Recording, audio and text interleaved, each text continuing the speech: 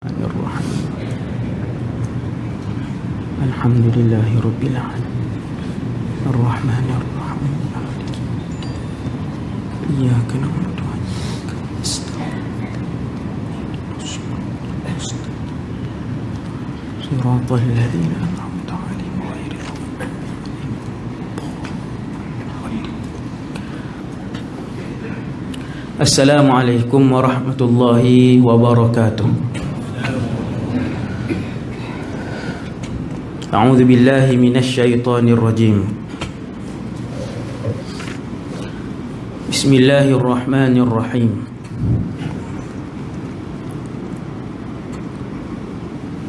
Alhamdulillahi rabbil alamin.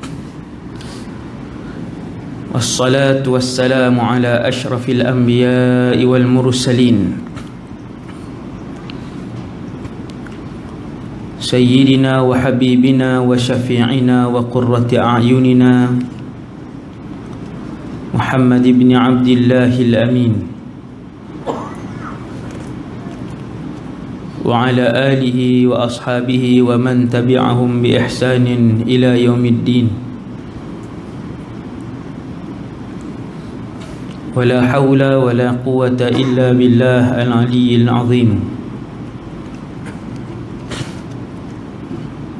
ولا حول ولا قوة إلا بالله العلي العظيم. ولا حول ولا قوة إلا بالله العلي العظيم. أما بعد، نويت الاعتكاف في هذا المسجد سنة لله تعالى. Radina billahi rabba, kami rida Allah Tuhan kami. Wa bil islami dina, kami rida Islam cara hidup kami.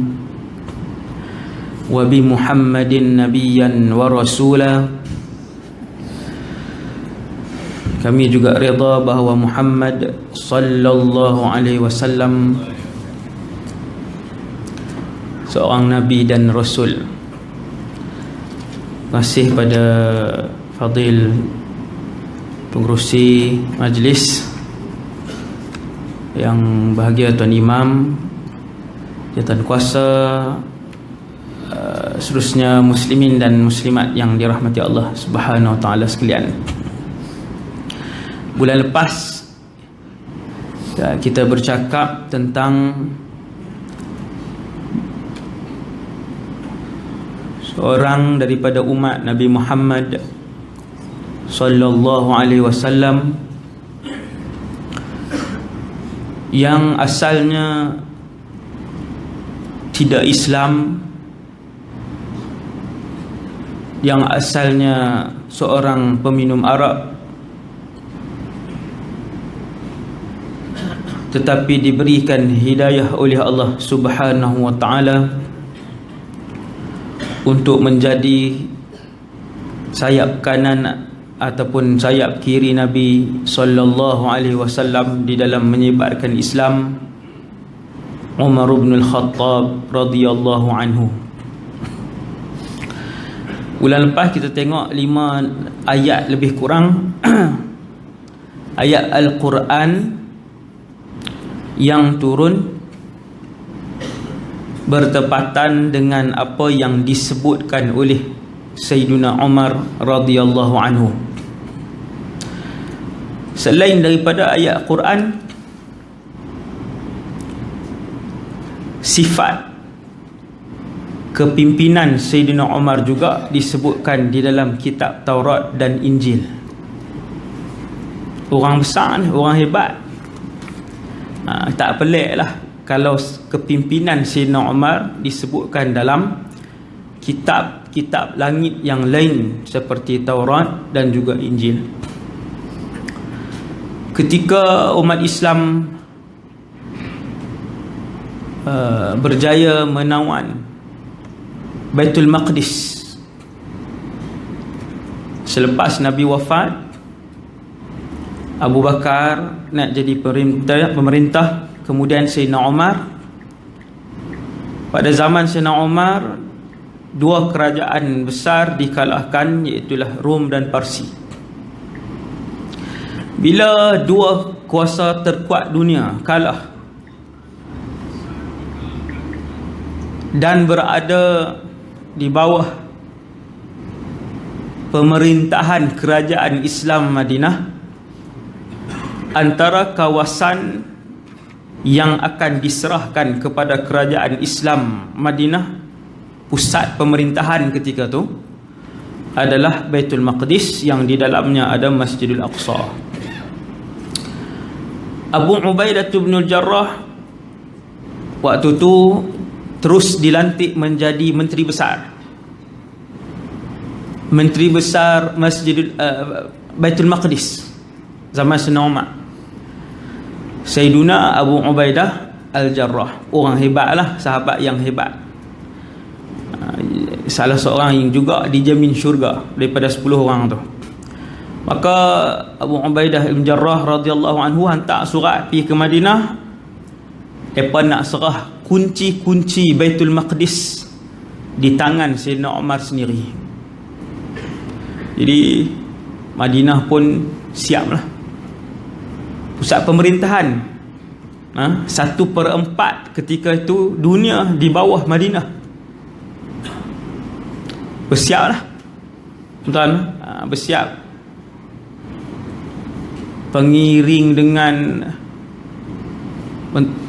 pemimpin tertinggi nak keluar, dia bawa macam-macam lah, tukang masak kan, tukang jahit, tukang urut, doktor peribadi. Maka keluarlah Sayyidina Umar nak pergi ambil kunci-kunci Baitul Maqdis, dia dengan pembantu dia saja yang bernama Salim. Waktu tu kekayaan Rom dan Parsi pindah mai Madinah dah. Tuan-tuan bayang tengok berapa ribu biji kereta mewah ada di Madinah. Kan 5-60 biji ni. Nak faham zaman hari ni punya keadaan, maksudnya berbelah-belah ribu biji kereta mewah.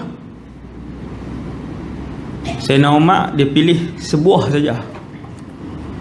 Maka datang Salim ni tanya, wahai Amirul Mukminin, kita nak pergi naik apa? Sayyidina Umar pun tunjuk unta, sekok. Kenapa tak ambil dua? Sayyidina Umar kata, kalau satu sampai dah. Sampai? Satu je lah. Palestin. Madinah nak pergi Palestin, dia nak kena lalu, dia ada dua jalan. Madinah, Syria, Palestin. Madinah, Jordan, Syria, Palestin. Satu lagi Madinah, Iraq, Syria, Palestin. Dua jalan. Lebih kurang 1,500 km. Naik unta tak pergi dah tuan-tuan. Dengan kereta pun fikir banyak kali. Kan, dengan kereta pun anak-anak ajak balik Johor kah? Tak mau. Baik duduk di masjid seronok. Duduk di kampung senang pergi masjid. 1,500 km naik unta. Sayyidina Umar kata yang tu lah. Kalau sekok pun sampai, sekok cukup lah. Naik. Bila naik tak boleh naik dua orang. Nak kena ganti-ganti. Maka kata Sayyidina Umar, dalam perjalanan yang jauh, aku akan naik satu jarak, kamu tarik. Kemudian kamu akan naik satu jarak, aku yang tarik. Sepanjang kamu tarik, aku akan baca Quran untuk kamu semak. Dan apabila aku yang tarik unta tadi, kamu baca Quran, aku yang akan semak. Pekerja, pembantu dia pun alim. Salim ni kita kata lagi senior daripada Imam Abu Hanifah, lagi senior daripada Imam Syafi'i, lagi lebih alim lah. Walaupun dia hanya bekas hamba abdi saja kepada Sayyidina Umar, tetapi tuan dia alim, maka dia pun alim. Hafal Quran biasa. Maka bertolaklah dua orang ni di padang pasir. Dulu pun perjalanan Mekah Madinah, Mekah nak pergi ke Palestin, Mekah nak pergi ke Syria, Mekah nak pergi ke Yaman, Madinah nak pergi ke Yaman. Jarak di antara satu tempat ke satu tempat, dia ada tempat perhentian yang memang semua pedagang-pedagang tahu. Kalau nak pergi ke Syria, ke Syam waktu tu, ada berapa perhentian, mereka tahu. Maka naiklah dua orang ni, sampailah menuju ke Palestin. Semua orang tahu bila nak sampai dekat dengan Palestin, betul-betul dekat pintu gerbang dah nak masuk Baitul Maqdis. Waktu tu giliran Sayyidina Umar yang tarik. Maka Salim ni bila dia duduk atas tu, atas unta ni, nampak dah pintu gerbang. Lagi berapa kilometer tu, di depan pintu gerbang tu menteri-menteri utama dah tunggu dah. Kan bila turun kapal terbang, presiden dengan menteri kanan akan tunggulah 5-6 orang. Dia nampak dah. Dia pun kata, wahai Amirul Mukminin, biarlah saya yang bawa. Sayyidina Umar kata, jangan, ini giliran aku yang tarik unta ni. Aku pun tak banyak pahala dan kamu pun tak banyak pahala. Dua-dua saling memerlukan, kata Sayyidina Umar. Maka dia pun tarik. Dekat nak sampai pula, ada kawasan berayak. Lecah lah, bukan ayak terjun ni. Maka kawasan tu lah yang terpaksa dilalui. Sayyidina Umar pun angkat selipar dia tak di sini, belah kiri, tangan kanan tarik unta. Waktu tu kerajaan Islam kaya mana tuan-tuan? Rom dan Parsi punya harta dibawa ke Madinah. Sayyidina Umar pun buka selipar dia selinting seluar, masuk randuk dalam lecah tersat. Randuk dalam lecah sampai tang tu macam mana muka, dengan kaki, dengan apa. Maka gubernur yang dilantik waktu tu Sayyiduna Abu Ubaidah bin Jarrah, dia pun mai kat Sayyidina Umar. Sebelum sampai kat menteri-menteri ni, dia kata, wahai Amirul Mukminin, anta baina aqwamin yujilluna al-manzar, ahakadha baina haula. Dia kata, Amirul Mukminin, kita main satu tempat besar ni, semua menteri dia ada, semua orang tertinggi dia sedang menunggu kamu. Takkan tak tukar jubah, tak dengan berlemuh, bahasa kita lah kan. Bila Abu Ubaidah bin Jarrah suruh Sayyidina Umar salin baju lah, tukar hak nu lah apa semua, maka ketika itulah keluar satu perkataan yang masyhur. Ayat inilah selalu Ustaz ulang, nahnu qaumun a'azzanallahu bil Islam. Wahai Abu Ubaidah, kalaulah orang lain yang sebut perkataan ini, nescaya aku telah pancung kepala dia. Sebab hak sebut ni pun sahabat yang Abu Ubaidah bin Jarrah ni aminu hadhil ummah, Nabi gelar dia tukang amanah kepada umat Rasulullah. Hak berapa puluh bilion ni tukang amanah dia Abu Ubaidah bin Jarrah. Besar. Dan dia hampir menjadi khalifah selepas kewafatan Rasulullah. Hampir dia tu naik, dia yang dilantik, selain daripada nama Abu Bakar yang naik. Maksudnya memang orang kanan lah Abu Ubaidah ni. Antara dia atau Abu Bakar atau Sayyidina Umar, nama-nama yang naik waktu Nabi wafat. Maka kata Sayyidina Umar, wahai Abu Ubaidah, kalaulah orang lain, nescaya aku dah pancung kepala dia. Wahai Abu Ubaidah, nahnu qaumun a'azzanallahu bil Islam. Kita adalah satu kelompok manusia yang Allah muliakan kita dengan Islam. Famahma btaghaina al-izzata li ghairi al-Islam adhallana Allah. Selama mana kita mencari selain Islam untuk mendapatkan kemuliaan, adzallana Allah, Allah akan menghina ketika itu. Nak cari kemuliaan dengan Islam, uraian ayat Sayyidina Umar ni. Kita mulia kerana Islam. Kita mulia kerana memuliakan Islam.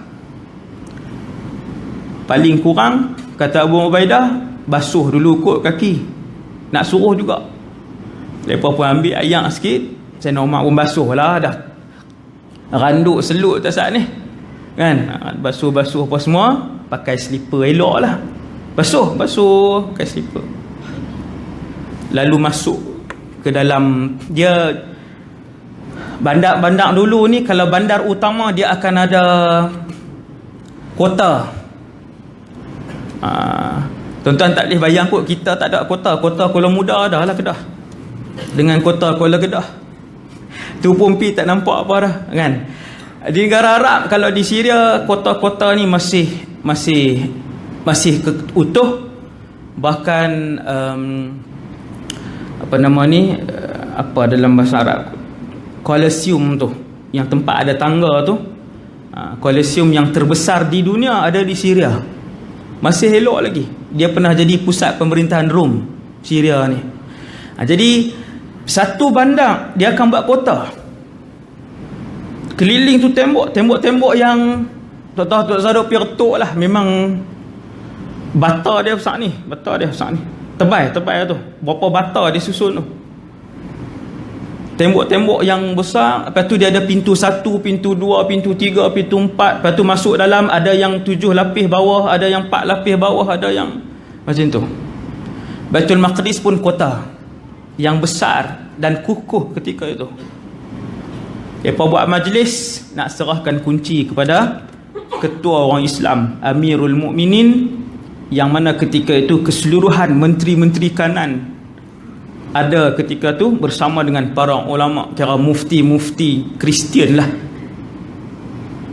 ketua-ketua agama yang besar semua duduk di situ. Maka masuklah Sayyidina Umar, dia yang heret, dia punya pekerja dia, bukan heret, maksudnya dia yang tarik tali unta pada saat masuk. Orang pakat tengok macam mana tuan, tu dia orang nombor 1 orang umat Islam. Ketika itu mereka melihat ulama-ulama Kristian, orang-orang agama, pakat duk tengok Sayyidina Umar, pi kanan pi kiri, daripada jauh tu duk pi kanan pi kiri, duk kira apa lepas ni duk tengok. Bila habis kira, masing-masing pakat menangis. Apa nama ni, ulama-ulama Kristian ni, dia kata, kami telah membaca di dalam buku-buku suci kami, Taurat dan Injil. Ulama Kristian kalau dia alim, maka dia akan hafal ataupun dia boleh hurai 2 kitab, Taurat dan Injil serentak.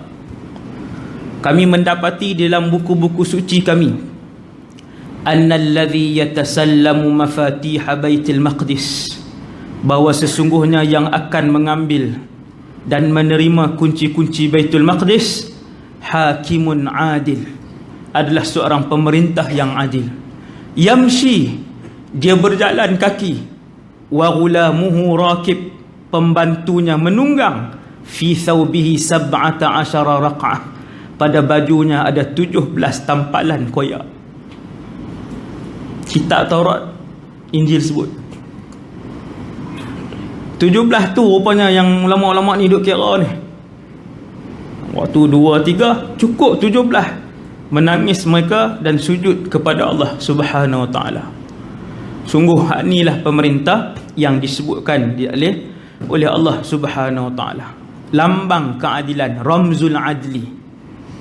Maka Sayyidina Umar pun ambil kunci Baitul Maqdis selepas Isyak, dan dia pun sujud syukur kepada Allah Subhanahu Wa Ta'ala. Sujud syukur kita 5 saat kan, tu pun 3 tahun sekali. Padahal nikmat ni berlambak-lambak Allah bagi. Sayyidina Umar sujud syukur mewakili seluruh umat Islam, satu dunia orang Islam, seronok kerana Baitul Maqdis, Masjidil Aqsa kembali ke dalam kuasa orang Islam. Sampailah subuh baru dia bangkit. Bahasa lah ni mustahil lah kan. Bahasa dulu yang tu biasa, sahabat baca Quran sampai subuh, berdiri sampai subuh, yang tu rutin Nabi dengan para sahabat. Biasa ibadah macam tu biasa. Sujud syukur subuh, sebelum subuh baru mungkin bersyukur sungguh dengan Allah Subhanahu wa taala. Jadi Sayyidina Umar ni macam kita sebut pada kuliah yang lalu, bila pemerintah nombor satu negara dia adil, maka semua gubernur-gubernur, menteri besar lah zaman hari ni, dia Perdana Menteri, maka semua menteri besar adil seperti dia. Cerita banyak lah kan. Saya bawa satu, mungkin tuan-tuan pernah dengar, nama sahabat ni tak masyhur tapi hebat, Sa'id bin Amir Al-Jumahi. Ni salah seorang gubernur. Salah seorang, no? Bukan semua. Kalau semua 3 jam lah.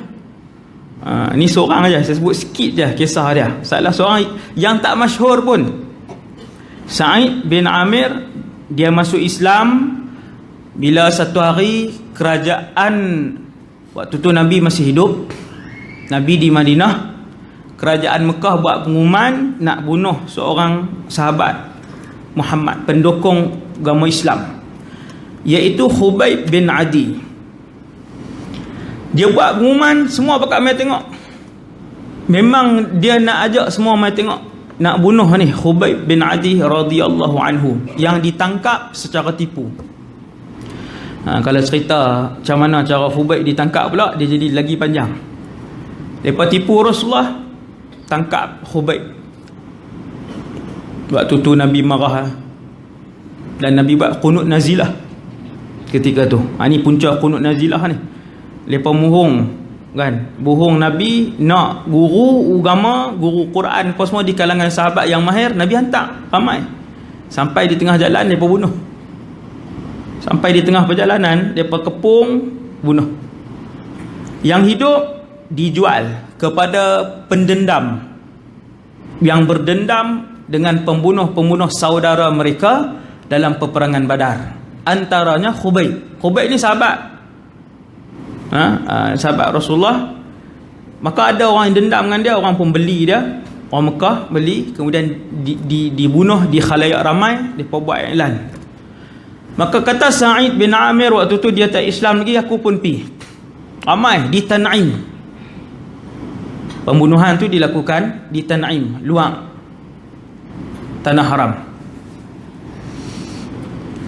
Jadi orang pun berkumpul di padang yang luas, diletakkan kayu salib, bukan sebab agama Kristian, sebab senang nak ikat, buat kayu pacak macam tu lah, ikat tangan apa semua, bukan sebab Kristian tak. Orang dulu nak bunuh, salah satu cara dia macam tu. Di Syria ada satu kota, kita boleh masuk kota tu sampai ke bawah, dia ada tempat penyiksaan dan tempat bunuh. Macam-macam lah cara-cara bunuh ni. Macam dia lepas pisau gaji besar tu, terbelah dua, macam-macam. Antara cara bunuh juga ialah ikat di kayu salib, kemudian bunuh, lepas tu tinggal situ. Maka Khubayb bin Adi radhiyallahu anhu, seorang sahabat yang pakar Quran, pakar di kalangan pakar, bukan semua sahabat pakar Quran. Maka dia diikat di situ. Orang Mekah pun pakar wimpun, semua kafir, penuh di tanah lapang tadi ni. Kata Sa'id, aku pun masuk di celah-celah yang ramai, sampailah aku duduk di depan, dan aku nampak pemimpin kanan Quraisy ketika tu. Maksudnya depan sungguh lah, Safwan bin Umayyah, Abu Sufyan, pemimpin kanan ni duduk di depan. Lalu diikat Khubayb bin Adi radhiyallahu anhu. Orang pakat duk suruh bunuh dia cepat. Kemudian Khubayb pun minta izin untuk solat 2 rakaat. Dia pun semayang. Kata Sa'id, aku pun tengok dia semayang daripada awal sampai habis. Betapa khusyuk dan indahnya solat dia. Tuan-tuan tengok orang khusyuk semayang kan. Jangan tengok kita. Tengok kita semayang tak teringin semayang. Tengok orang khusyuk semayang, subhanallah. Semua orang tengok. Habis bagi salam, kata Khubayb,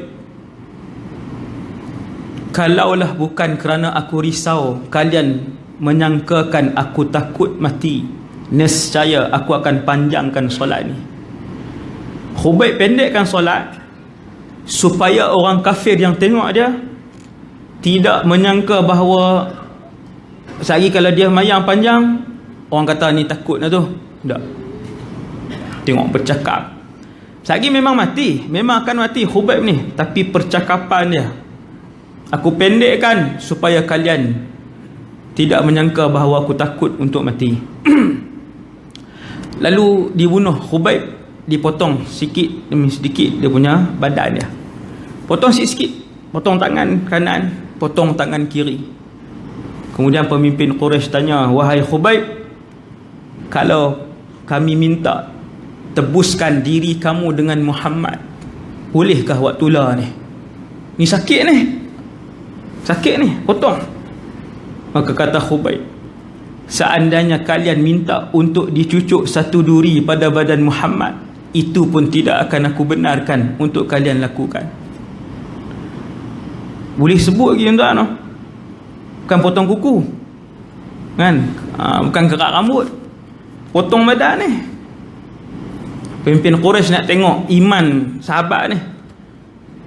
Maka kata Khubayb, aku tidak akan bersenang lenang di dalam rumah bersama ahli keluarga dan Rasulullah dicucuk dengan sebatang duri. Tak mungkin.